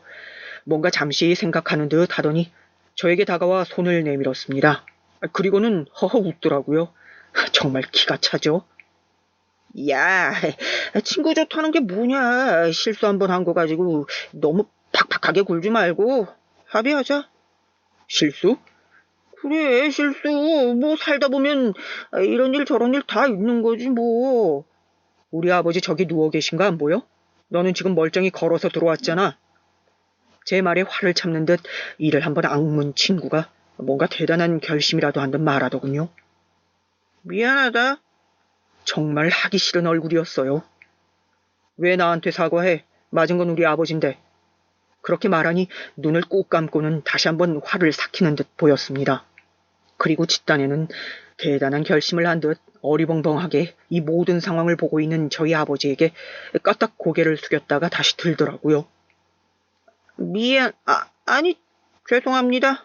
차는 오늘 중으로 뺄게요. 그러고는 저를 보고 다시 말했습니다. 동창 좋다는 게 뭐야? 한 번만 봐주라. 좋다는 게 뭐야? 너랑 내가 그럴 사이였던가? 제 말에 잠시 인상을 찌푸리더니 애써 다시 화를 삼키는 게 보였습니다. 그게 언제적이야? 이제는 그런 과거쯤은 다 잊을 때도 됐지. 이 사내 자식이 쪼잔하게. 억지로 웃으며 그렇게 말하는 그 친구의 얼굴을 한 대 치고 싶었습니다. 누구 마음대로 과거야? 그리고 네가 한 짓이 그냥 시간이 지난다고 잊을 수가 있는 일이야? 친구 하나 괴롭혀서 강제 전학 가는 일이 그렇게 가벼운 일이었나? 제 말에 순경이 놀란 듯 저희 둘을 번갈아 보더라고요. 그 친구는 제가 자신의 말이 전혀 통할 것 같지 않자 인상을 확 찌푸리며 태도를 바꿨습니다. 그래서 안 봐주겠다 이거지? 이게 봐주고 말고 한 일이야? 명백한 가해자가 있고 피해자가 있는데? 내가 이렇게까지 했는데? 네가 뭘 했는데? 와서 아들이 경감인 거 확인하고 억지로 사과 한마디 한 거 말하는 거냐? 사과 한마디로 해결이 안 될 거라 생각한 건지 아니면 본인 성격을 못 죽인 건지 그 친구는 다시 아나무인으로 나오기 시작했어요. 증거 있어? 에? 경찰이 자기 지위 이용해서 이렇게 세금 따박따박 내는 대한민국 국민을 억울하게 해도 돼? 공권력 남용이야 이거. 그 말에 순경이 어이없다는 듯 웃더라고요. 무슨 소리를 하시는 거예요? 현장 조사하는데 증인들이 한무더기가 나왔는데 억울하다니. 그 증인들 다 매수했는지 내가 어떻게 알아? 이렇게 막무가내시면 진짜 큰일 나요, 피의자분. 누가 피의자야, 누가? 다시 소리를 지르는 그 친구의 모습을 보며 순경도 저도 할 말을 잃었습니다. 역시 정말 나이가 들어도 여전하더라고요. 그 친구는 한참을 그렇게 씩씩거리며 악을 지르고서야 돌아갔습니다. 그 친구가 가고 나니 귀가 다 먹먹하더라고요. 소리가 얼마나 컸던지. 아버지와 어머니 그 친구가 과거에 저를 괴롭혔던 친구였다는 사실을 알게 된 게 마음이 쓰였어요. 그 친구가 예전에 그 친구였는지는 몰랐구나. 신경 쓰실 필요 없어요. 아버지는 그 친구가 그 친구라는 사실에 놀라셨고 어머니는 분노하셨어요. 그리고는 사람 고쳐 쓰는 거 아니라고 어쩜 저렇게 변하는 게 없냐고 몇 시간을 욕을 하셨습니다. 경비원의 아들이 경감이라는 이야기는 아파트 단지 내에 금방 퍼졌어요. 그런 소문은 또 어찌나 빨리 퍼지는지 하나둘 아버지에게 병문안을 와서 저에게 증언을 하겠다고 하더라고요. 살면서 경찰이라는 직업 때문에 득을 본 적도 있고 또 반대로 손해를 본 적도 있었지만 그 순간만큼은 경찰이 되길 정말 다행이라고 생각했습니다. 사건의 정황은 이랬습니다. 아버지가 종이에 글씨를 써서 그 친구 차에 끼워뒀답니다. 앞유리예요. 어디 차에 대단히 손을 댄 것도 아니고 혹시 문제 생길까봐 테이프도 붙이지 않으셨대요. 그런데 그 친구가 자기 차에 놓인 아버지의 쪽지를 보고 네가 뭔데 내 차에 손을 댔냐 그 불같이 화를 냈대요. 그러면서 아버지 어깨를 막 찔렀다더군요. 중학교 때 제게 하던 짓을 그대로 한 겁니다. 야, 이 노인네야, 당신이 뭔데 내 차에 손을 대? 연락이 안 돼서 쪽지를 그냥 두고 온 건데 차에 손을 대지는 않았습니다. 하지만 기분 나쁘셨다면 죄송해요. 하도 연락이 되질 않아서. 연락이 안 되면 될 때까지 하던가 아니면 기다리든가. 왜 감히 입주민 차에 손을 대냐고, 경비 나부랭이가. 당신 여기 입주민들이 주는 돈으로 먹고 사는 거 아니야? 그러면 내가 당신 고용주인데? 말씀이 너무 지나치시네요. 지나쳐? 지나쳐? 보아하니 우리 아들뻘인데 아무리 내가 경비 일을 하고 있다지만 나이 많은 게 뭐? 내가 당신 고용주인데 당신 나이까지 신경 써야 돼? 꼬우면 그만둬. 내가 당장 입주민 대표한테 가서 민원 넣을 테니까. 그거야 상관없는데 다른 입주민분들께 피해를 주니까 차는 한 대 빼주세요. 이 양반이 끝까지? 그리고는 아버지 얼굴을 치고 밀었다고요. 그 바람에 넘어지시면서 다리를 접지르신 거였습니다. 여러 증언을 듣고 보니 더 화가 나더라고요. 정말 톡톡히 알게 해주고 싶었습니다. 막 살면 어떤 대가가 따르는지 말입니다. 모은 증거 모두를 제출하고 입주민분들께 탄원서도 받았습니다. 흔쾌히 써주시는 분들이 많더라고요. 아니, 우리 경비원 아저씨 아드님이 경감님이실 줄은 정말 몰랐잖아요. 그런 이야기는 워낙 안 하시니까. 그만두실 건 아니시죠? 계속 해주세요. 그니까요. 그런 아드님 두 분이 경비일 하신다고 소문나면 우리 아파트가 얼마나 치안이 좋아지겠어요. 대부분 그런 마음으로 탄원서를 써줬지만 뭐 이유야 어쨌든 저는 그 친구에게 인생 그렇게 살면 안 된다는 본때를 보여주고 싶었기 때문에 상관없었습니다. 그 친구는 변호사를 선임한 것 같더라고요. 그리고 그 변호사에게 이 싸움이 전적으로 불리하다는 이야기를 들은 것 같았습니다. 어느 날 합의를 하자는 연락이 왔어요. 합의를 할 마음은 정말 하나도 없었지만 무슨 얼굴로 무슨 소리를 하는지 궁금해서 그 자리에 나갔습니다. 합의하러 나간 자리에서 그 친구의 얼굴을 다시 봤습니다. 그 전과는 또 태도가 다르더라고요. 분명 변호사의 조언을 듣고 온 거겠죠. 제가 사과를 어떻게 하면 마음이 풀어지실지 말씀해 주시면 다 하겠습니다.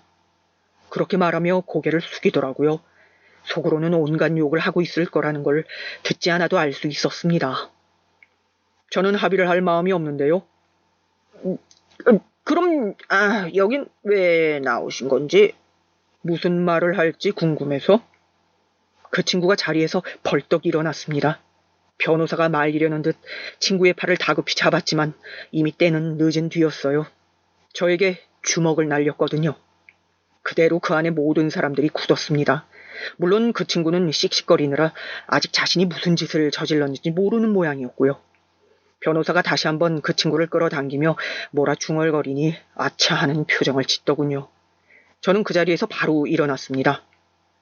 억지로 하는 사과인 거 확인했으니까 가볼게요. 오늘 폭행건은 일단 병원 가서 진단서 끊고 추가 기소할 거니까 그런 줄 아시고요. 야, 그게 아니고, 야! 나가는 제 뒤에 대고 저를 부르는 그 친구를 무시하고 그 커피숍을 나왔습니다. 나오는 길에 CCTV 가지러 올 테니 보관 잘 해두시란 말도 커피숍에 하고 나왔고요.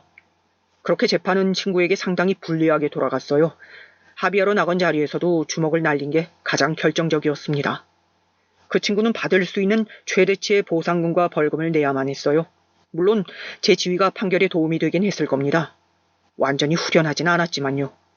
그리고 동네에도 안 좋은 소문이 다 난 것 같더라고요. 뭐 조폭이었네, 일수꾼이네 하는 것들이요. 저에게 폭력을 행사했다는 이야기까지 이미 소문이 다 나서 그 친구 가족들이 고개를 제대로 들고 다니지 못한다고요. 집을 내놨다는 이야기까지 들었습니다. 복수 아닌 복수를 했다고 생각했어요. 뭐 의도한 건 아니고 그 친구가 자초한 결과긴 했지만 말입니다. 그 뒤로 신기하게 그 친구 꿈을 꾸지 않아요.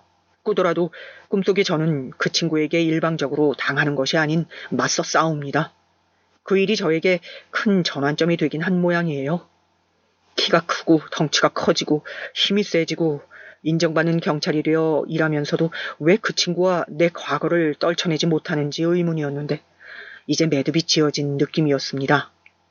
중학교 때 동창들과는 사실 연락을 하고 지내는 편이 아니었는데 그 일이 있고 나서 어디서 소문을 들었는지 중학교 때 동창들이 하나둘 연락이 왔어요.